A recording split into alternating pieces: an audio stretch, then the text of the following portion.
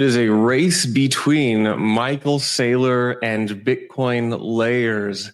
That is, who can acquire more Bitcoin, the Bitcoin or on-chain economy or the corporate treasury? Now, I am kind of manufacturing this race a little bit, but the race is on.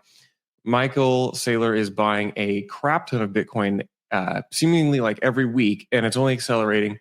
But at the same time, we see a lot of like Bitcoin staking or like locking Bitcoin or wrapped Bitcoin kind of heating up as Bitcoin becomes this kind of like pristine asset that the broader crypto economy demands. I will dive into this a little bit more this episode. If you're listening, this is going to be more of a visual heavy episode. This is a Monday live stream. I typically do more of an analysis approach on Mondays, live stream onto our platforms, YouTube and X. And I typically pick like a topic and go over some charts and try to play the armchair analyst a bit. So make sure you stay tuned. I will talk about the Bitcoin corporate treasury versus Bitcoin layers race right after our word from our sponsor. Bitcoin Season 2 is brought to you by Botanix. Botanix Labs is pioneering a new direction for DeFi with the first EVM L2 running on Bitcoin that's built to be forward secure, decentralized, and share gas fees generated by the network with users. See the future of DeFi at Botanix, botanixlabs.xyz. So first, let me cover some basic metrics. I'm going to share my screen here. If you're listening, I'll try to talk through this a little bit, talk through what I'm seeing. And if you're watching, then obviously you see it. So let's kick it off. Before I get into kind of the meat of what I'm talking about today, let's just hit mempool.space. It's usually where I begin my day, checking mempool.space. And fees are, in the single digits, 6 to 11 sats per VByte right now. We saw over the weekend fees drop down to like 2 sats per VByte. In fact, we saw one of the lower boundaries, or one of like the lower transaction events over the weekend with very little transaction activity, and the mempool started clearing. As you can see here from this graph, this pink part at the bottom is these all these 1 to 2 sat per VByte transactions, which are just sitting there waiting for the higher fee transactions to clear so that those can go into blocks. Right now, we have roughly 90 to 100 blocks worth of transactions.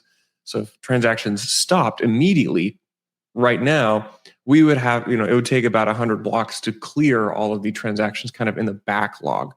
About 100 blocks, that's not quite, that's about 2/3 of a day. It's about, 18 hours. Then we're halfway through a difficulty adjustment. Blocks have been coming in roughly 10 minutes. We're only targeted for a 1% upwards difficulty adjustment targeted for December 29th. And then as far as pools share of the overall network, Foundry's at 33%, and pools at 17% via BTC. F2 are kind of roughly neck and neck. The one thing that was really interesting is Marathon. Marathon, if you're not aware, is a public miner where they have a pool that all their hash rate points to. They're the only public miner who does this currently, where they both got the data centers and the pools, and Marathon has been adding hash rate like crazy, causing them over the past year to go from roughly 3% of the overall blocks produced on Bitcoin to now 7%. That goes from about 18 exahash to roughly 30 to 40 exahash, depending on how you measure it. Their public statements, I think, come in around 40 exahash. So they've been gaining ground like crazy. Very interesting to watch. Do a little bit of ordinals data. Not a whole lot going on here. We saw a lot of on-chain cumulative inscription activity over the past month with a BRC20 run, and mainly driven by Asia. So the past couple of weeks, we saw 100 to 250,000 inscriptions per day. And then we saw the secondary markets for ordinals assets decline across most blue chip collections, but you see a couple ones are up this week. Quantum Cat's up 10%. Pizza Pets is the hot new Tamagotchi-like game on Bitcoin. I'll probably be tweeting about this. This is a fun one to watch where you basically get a pet and you have to feed it or give it drugs or give it pizza, and then you have to take care of it just like a Tamagotchi on chain. But overall, the other assets, Bitcoin Pub is down 20%, NodeMonks down 15%, Fukuhedrons, which is like the hot new, are they going to displace NodeMonks, is down 33%. So most of your big collections are down.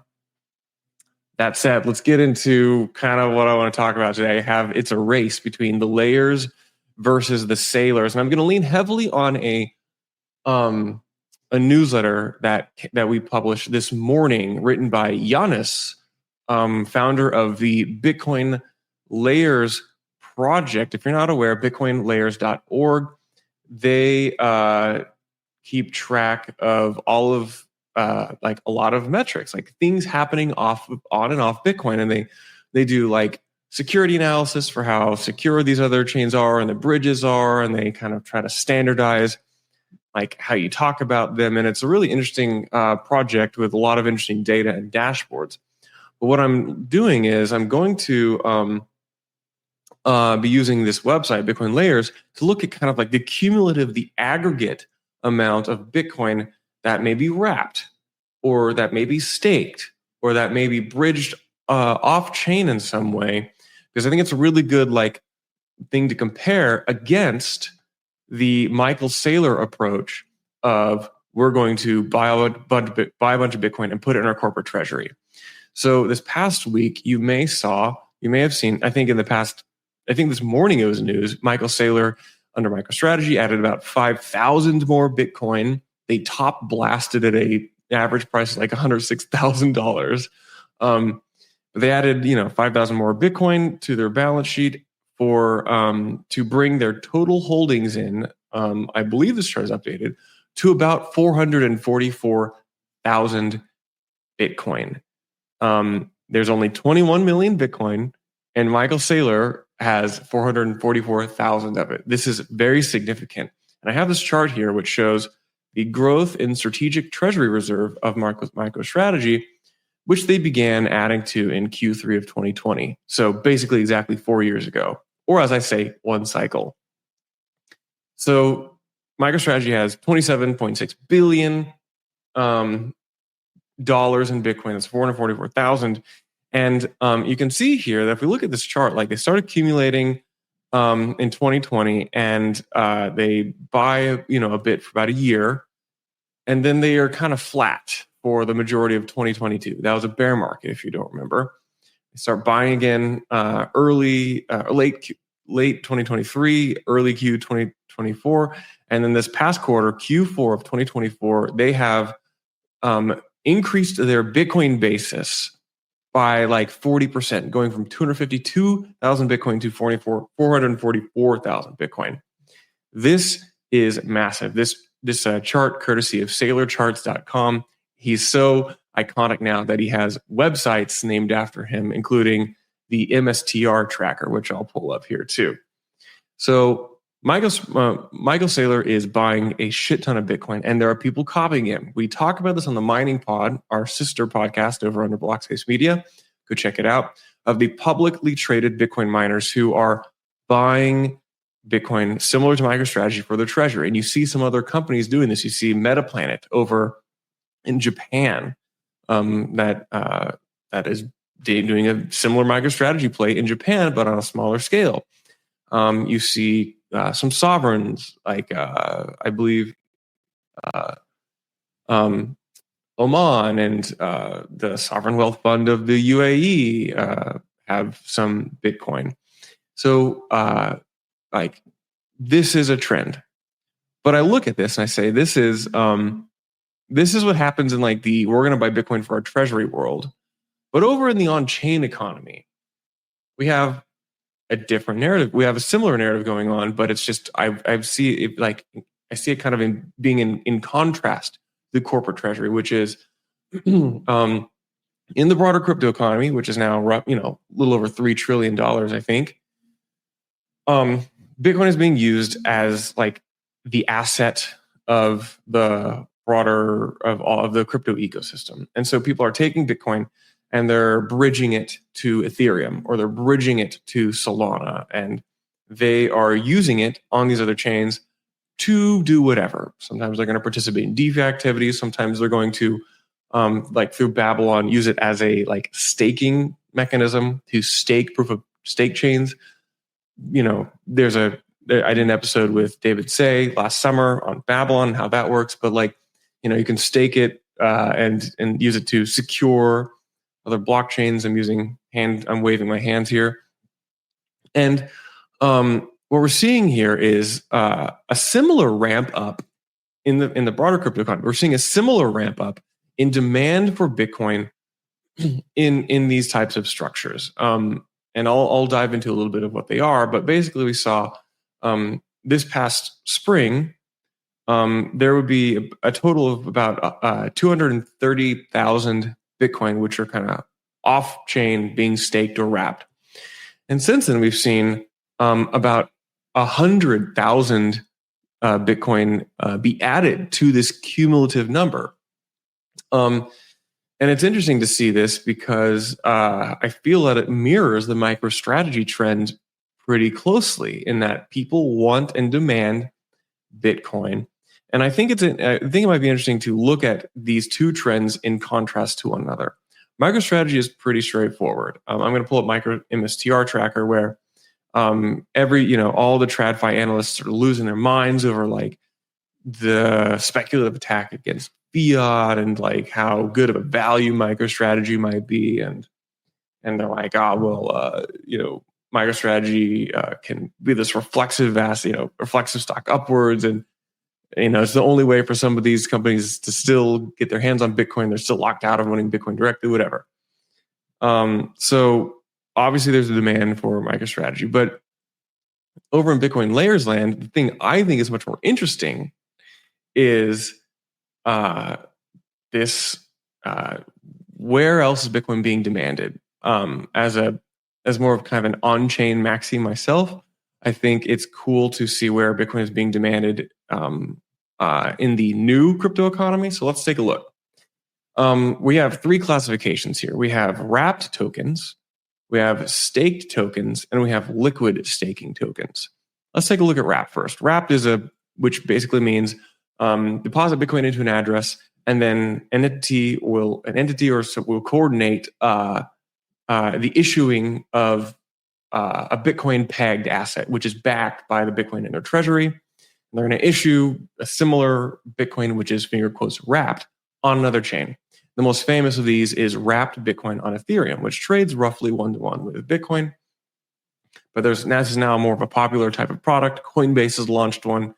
I did a podcast with Matt Longo of Thesis for TBTC on other chains.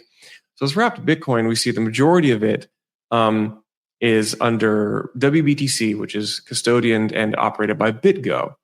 135,000 BTC under BitGo, which has declined from its peak of like 155. We see the next is on Binance Smart Chain, custodianed by Binance and wrapped and put on BNB chain.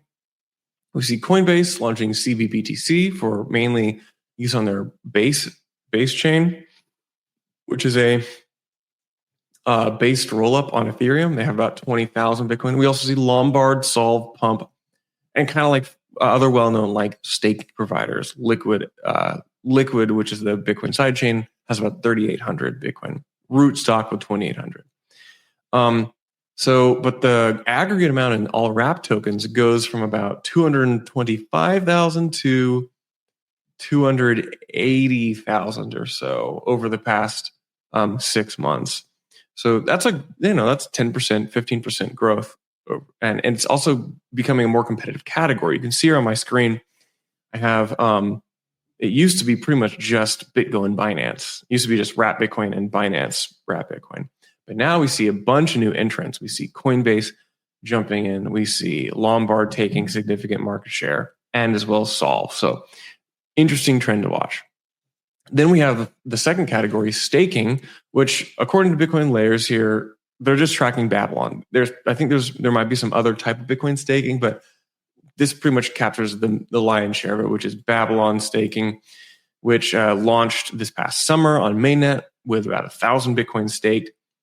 Did another round in October, added another 22,000 for a total of 23.8 thousand Bitcoin staked, and now they have 57,000 for a total of $5.42 billion USD, 57,000 BTC now securing proof of stake chains through Babylon. Then we have a third category, which is liquid staking Bitcoin tokens. If you're not familiar with liquid staking, it's basically when you stake a token for a proof of stake system, there will be people who basically say, we think your stake tokens are secure. We're going to issue another asset that unlocks your staked tokens, so you can go use that asset out throughout the crypto ecosystem. And so it's funny because it means that your staked assets aren't really like locked up, calling into question a bit of the whole purpose of like staking. But you can issue tokens for the tokens which are staked, and you never really like lose all of your working capital. But liquid staking tokens, similar story here to staking, which is Solve, Lorenzo, and Unirouter are the larger liquid staking providers, and they will issue a liquid staked Bitcoin asset on their comparable chains. They started with only 20 Bitcoin last spring, ramping up over the summer to 10,000 Bitcoin, continued growth through the fall, and now they're at a total of about 40,000 liquid staked Bitcoin to date. Zooming out, this means that there's roughly 300,000 Bitcoin across all networks, which are wrapped, staked, or liquid staked. Let's compare that to MicroStrategy's 444,000 Bitcoin, which is locked just in their corporate treasury. And so that means right now, MicroStrategy is single-handedly beating all of the other crypto economies combined for like demand for Bitcoin, the asset. If I were to compare trajectory and growth rate, though, up until Q4 of 2024, they were growing at roughly the same rate. Q4 23 to Q3 2024, both MicroStrategy and the on-chain crypto economy were growing at roughly a rate of 10 to 15% per quarter in demand for Bitcoin, the asset. What really happened is Q4 MicroStrategy leapt ahead by leveraging public markets like crazy and doing this whole debt swap thing for whatever. You can listen to every MicroStrategy podcast ever about that. But MicroStrategy added 40% roughly additional Bitcoin to their treasury, and so this paints a really interesting story, I think, and I think we'll probably start to see these economies and incentives diverge a lot over the next few years, where the corporations want Bitcoin, they want to do nothing with it, they want to have it in a wallet, and they want to sit on it and watch the number go up. Whereas Bitcoin being a more productive, actively used asset in the on-chain economy, needs to do a few more things. And Bitcoin's base layer being limited, both a strength and a weakness, allows, we'll see like those actors and those behaviors become, we'll just have to see how they grow over the next several years. I think there's also one other X factor here, which is not appreciated, or maybe not on most people's radar, and that is what I call the lava.xyz effect, which is this Bitcoin lending market. And I would put this in its own fourth category. I said on bitcoinlayers.org, you've got wrapped, staked, and liquid staked. I think there might be an interesting fourth category, which is Bitcoin, which is being used to lend against, which fits in a little bit of both the treasury and the productive on-chain economy asset. If you're not familiar with what Lava is, this is a little bit of a Lava shield because I like them and I use them. But you basically lock Bitcoin up and someone will lend you dollars against it. And you can go use those dollars in the real world. While I don't think this, accounts for much more than a few $1 million US yet as a trend, I think this is going to be a very popular type of product and mechanism to take Bitcoin that people have stacked for a long time and avoid a taxable event in the US and start pulling dollars out of it. So I think this could be a trend that we should watch for and try to monitor as well. But again, similar story here, which is we're seeing in the grand narrative of Bitcoin being used as a pristine asset, as the most in-demand new type of asset going into the second half of this decade, we will see multiple different types of actors and categories emerge for use of this asset. So I will try to monitor this as best I can. I'm not a financial analyst. I am barely a normal analyst or self-appointed. But I'll be leaning on public information, and particularly the Bitcoin Layers guys, Giannis and Red over at Bitcoin Layers. I recommend you go to bitcoinlayers.org and read the newsletter we just published on behalf of Bitcoin Layers. You can find that on our website, blockspace.media. Really, really good piece on that this morning, especially during the holiday season. You might have some time. You might be able to finish a whole thought for once. And you can read through this at your leisure. Well, without any further ado, thank you very much for listening to Bitcoin Season 2. Make sure to like and subscribe. If you are listening to this, you've made it to the end, make sure you like this on Spotify or Apple Podcasts, and make sure you subscribe and hit the notification bell on YouTube. You will be happier because of it. I'll be happier because of it. I would really appreciate that. So thank you so much, and I will see you all next week.